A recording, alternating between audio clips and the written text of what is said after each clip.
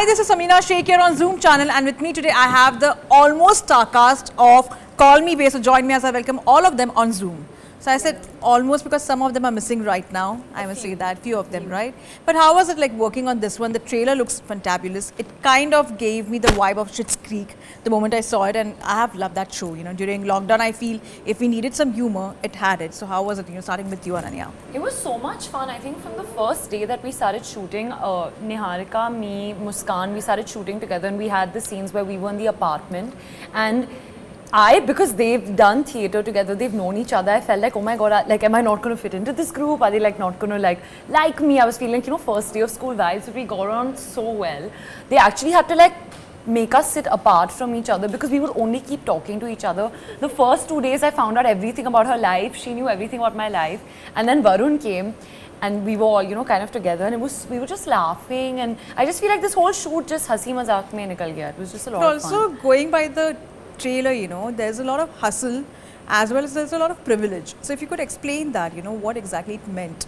Privilege, do you feel that you are privileged as an individual itself, and the hustle part of it? Of course, how I'm do privileged. you know?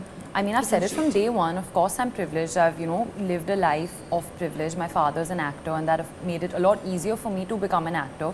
But I think every day since then, it's been a hustle on a set to just get people to like me and to like my work. And I'm constantly hustling and trying to do better. And, you know, Bae has her own hustle and her own privilege that she deals with. So yeah, everyone is privileged in their own way and has their own hustles. You know, everyone has a little bit of everything. And I have to ask this to you from, you know, singing and, you know, giving us a tarifan to coming to the world of acting and, you know, impressing us with your vocal cords and now acting, you know, how it had turned out to be for you. Yeah, I was working on one of the songs for the show, and at the same time I had been auditioning for years for films and OTT series and everything, and this audition came to me, and I decided that I wouldn't tell the music team I was auditioning, and I wouldn't tell the direction team I was doing the music. So nobody from any department had an idea of what was going on, because I really wanted to challenge myself and see if I get this gig, I did it because I deserve it. So I think even Collin, when he saw my audition, was surprised I had auditioned at all, because no one had told him that that was going to happen, and we'd already sat down and talked about the music. So I think I got it because I deserve it. I don't know. Absolutely. It was one of the many auditions. So jab auditions aate, we just check, you know, the names and everything. Suddenly I'm like, Lisa Mishra. I'm like, clicked on it. I'm like, oh my god, it is actually Lisa. But she nailed the audition. So, and you'll hear the amazing track that she's sung in the show. So, but I have to ask you this also, what reference you took for this one, because it also has an Indian, you know, avatar to it. You know, it's not like what we see otherwise. You know, there's a lot of, you know, some of the, you know, the puns she's trying to create out of it. You know, the kind of humor she has. There is sadistic humor as well as something like plain Jane. You know. Yeah. So what were your thoughts? You know, while making? No, I have to say that it's a very desi show. All the context and the humor and everything is very much set in our reality and what we know, that what's happening in our country. And everything was in the writing, honestly. You know, Ishita Moitra, who's created the show, and the writers Samina and Rohit, they wrote such a tight, you know, pakod script, what we say. Matlab, every character had their own arcs, everything was, you know, already there. It was a great blueprint for me to work on. I did one more pass with all of them once all the actors came on board and brought their own personalities into the roles. You know, so that's where everything was all in the writing actually. To all of you, I have to ask this one question, that, you know, what is that one middle class thing you always do, and one, you know, elite version of yourself which you really want to flaunt? And one, sorry, I didn't get the elite version of yours, you know, which you really want to flaunt about yourself, or you might want to carry around you. I know one. One middle class thing that I do is that all the takeaway ka dabbas that I get, I still keep it. Yeah, of course, Also, it's like, whenever I leave recycling. my dabba at someone's house, I'm like hectic about wanting my dabba back. Yeah. The shampoo's getting over, fill it in water and then use it. And even toothpaste, like cutting the toothpaste when you finish really it. squeezing it out. Yeah, you have to like roll it and take the toothpaste Once out. used the balan to like roll the toothpaste to like get all of it. It's like the best use out of it, yeah. What about you? I know, I guess all of these things. Yeah. Just hoarding, keeping like boxes which you don't need. Yeah, like maybe 5 years later, and Yeah. this one thing. Wrapping One paper. thing. That's But all. Gurfateh, Gurfateh, talking to you, you have completely changed your personality and you have seen your own struggle phase. And there were days when you were in Canada and you had your tough time. Coming from that journey to now, where do you see yourself? Especially some of your OTT shows literally worked wonder for you completely. You know, some of the ones which we have seen where you're playing a grey shade completely or you're in your flamboyant avatar. So what changed for you and what worked in your favor? I mean, Canada is not really a sob story. It's actually something that I am incredibly proud about because that sort of prepped me for the days to come in Bombay. Because I think coming to Bombay was a lot harder than being there. I think what's changed is the struggle still remains of what's next, what am I doing, auditions, and obviously trying to prove that, oh listen, I can do this. Like even for like Call Me Bae, I remember was like I'm always a nervous wreck, and like I came on board a week before table read, around that time, a week, 10 days, something on that, and we were on the table read, and like our casting director Panchmi called me after the table read, and then, you know, Gur, Neil is not really like how, you know, you were reciting your lines today. And I was like, listen, relax, like, you know, I'll get to it. And then I frantically texted Collin that, listen, please, I want to work with you. Tell me what to do and how can I make it right. But so that struggle remains the same of being unsure and sort of trying to prove myself. But I think what's changed is once you get a little bit of recognition and you, the good thing about OTT is that even though we are so many in one show, there's an audience that, a certain part of the audience that will relate to me, and then there'll be another part that will relate to everyone individually. So once you start getting that, I think that sort of builds up confidence and then keeps adding on. So Varun, to you, from soldier world to this world, the Bay world, how it has been for you, the transformation completely. We just met a few days ago for that. It was the other way around. I was in the Bay world first, then I went to the soldier world. Really missed the Bay world after that. It's a very fun space to be in, with all of them actually. Very good energy, happy all the time. There was no day where I was like, मुझे आज काम पे नहीं जाना, मुझे काम पे रोज जाना था. I was sad when I used to read the call sheet, उसमें मेरा नाम नहीं होता था. Yeah, same. Yeah. So it was, you were there every day.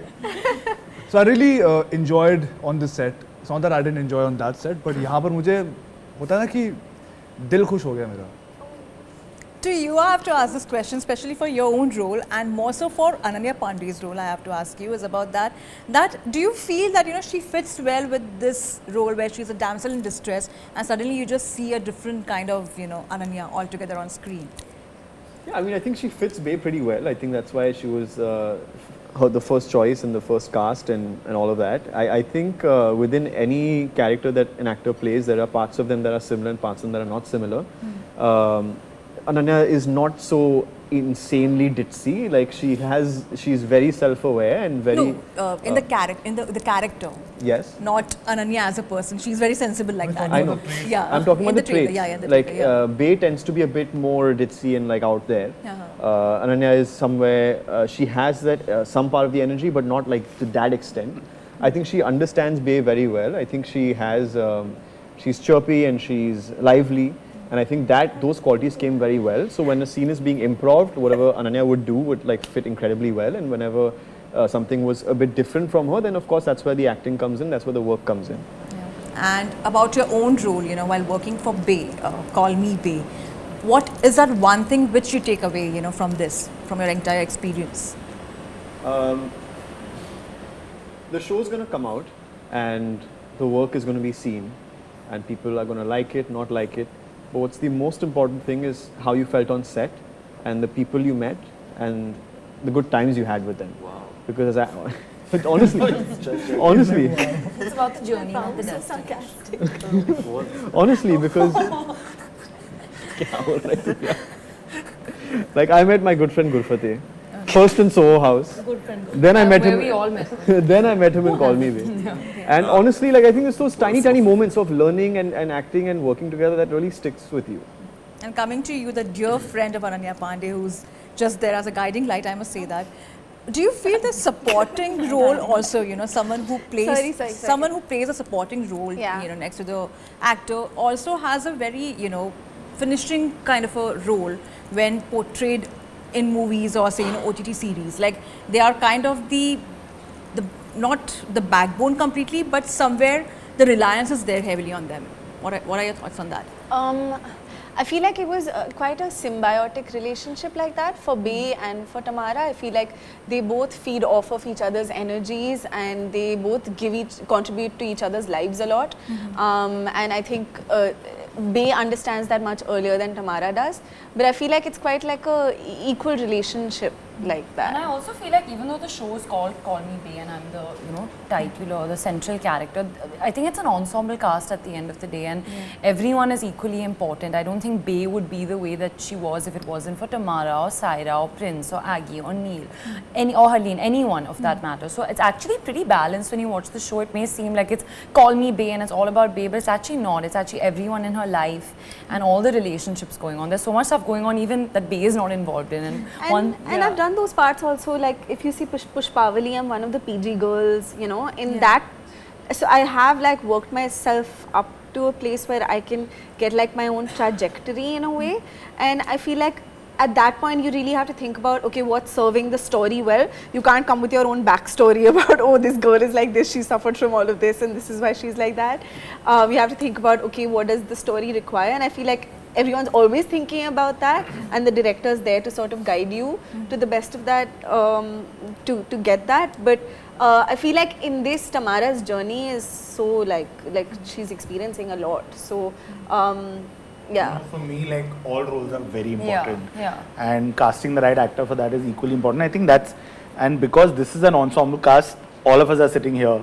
We were all reading together. Like it wasn't like me and Collin sat and did some separate readings. We would have conversations, but all the table reads, everything was always together. It never felt like it was like Bae and everyone else. It was always. And in the end also, when we see the trailer, or even if we see some puns and as I said, some dialogue, especially when you're talking to the security guard, there's this one dialogue where you're talking with that, huh? You love more that, than obsession, honestly, you yourself are taking something like that in the content, which means you're also taking it a bit lightly.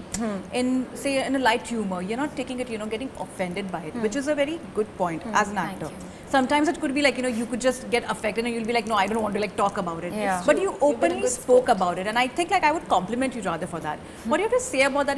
Sometimes do you feel that if people comment, and especially when you have come with something like so positive, which talks about a lot of other social causes or social media issues, do you feel that letting go of all these comments, or like sometimes it just catches up with you, all these comments? I think every person has a different way of dealing with it. This is the way I deal with something, and that's something that I've learned from my dad, because he's been like that. He always takes the joke on himself.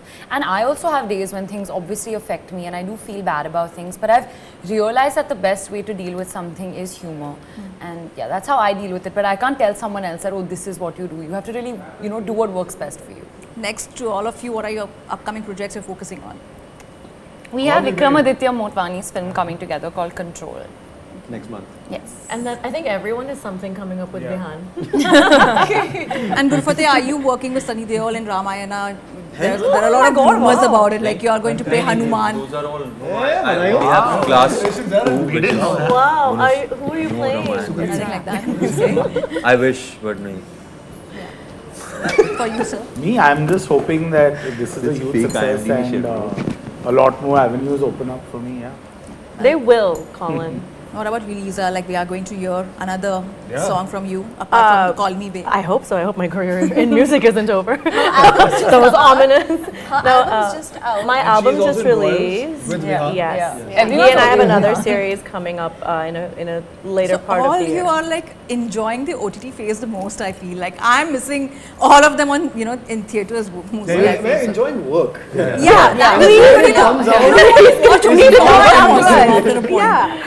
But lovely chatting. We're here. What about you, Ananya? As you said, like Control. I have Control, and then I have another film that's coming out in theaters, so you'll enjoy that also next year. What about you?